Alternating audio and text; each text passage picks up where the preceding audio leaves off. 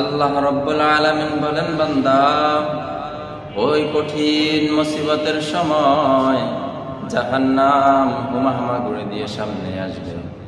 আল্লাহ ফেরেশতারা অর্ডার করবেন, ফেরেশতারা যাও জাহান্নামের গলায় ৭০,০০০ শিকল লাগায়া পিছনে টানো। ফেরেশতারা জাহান্নামের গলায় ৭০,০০০ শিকল লাগায়া পিছনে টানবে। এক একটা শিকলের মাথায় আবার থাকবে ৭০,০০০ ফেরেশতা পিছনে টানবে, ধরে রাখতে পারবে না। রাহমাতাল লিল আলামিন মায়ার নবী সিজদায় পড়ে কান্না করবেন, আল্লাহ জাহান্নামের আওয়াজে আমাদের কলিজা পর্যন্ত কেঁপে উঠতেছে। জাহান্নামের আওয়াজে হাসরের ময়দানটা থরথর করে কাঁপতেছে। আল্লাহ তুমি জাহান্নামের দূরে সরায় দাও।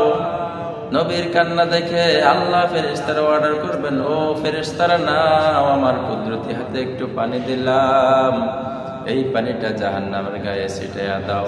ফেরেশতারা যখন আল্লাহ পাকের পক্ষ থেকে পানিটা নিয়া জাহান্নামের গায়ে ছিটানো শুরু করলো, জাহান্নাম ফেরেশতারা ধরে রাখতে পারে নাই।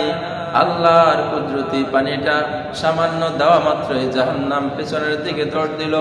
ফেরেশতারা বলবে, রে মালিক, এটা কোন জমজমের পানি নাকি হাউজে কাউসারের পানি, নাকি এটা দুনিয়ার কোন নদীর পানি, সাগরের পানি, নাকি আসমানে পড়া বৃষ্টির পানি? আল্লাহ বলবেন ফেরেশতারা, না না, এটা জমজমের পানি না, হাউজে কাউসারের পানিও না, এটা কোন দুনিয়ার সাগর নদীর পানি না, আসমানে পড়া বৃষ্টির পানিও না। ফেরেশতারা বলবে, রে মালিক, এই পানিটা কোথার? সামান্য পানিটা দেওয়া মাত্র জাহান্নাম পেছনের দিকে দৌড় দিল।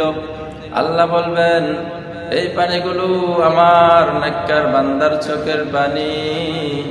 যখন সমস্ত মানুষ ঘুমায়া যায়, আমার ওই নেককার বান্দাগুলো ঘুমায় না, গভীর রজনীতে যায় নামাজ বিছাইয়া সিজদায় পড়ে কান্না করত।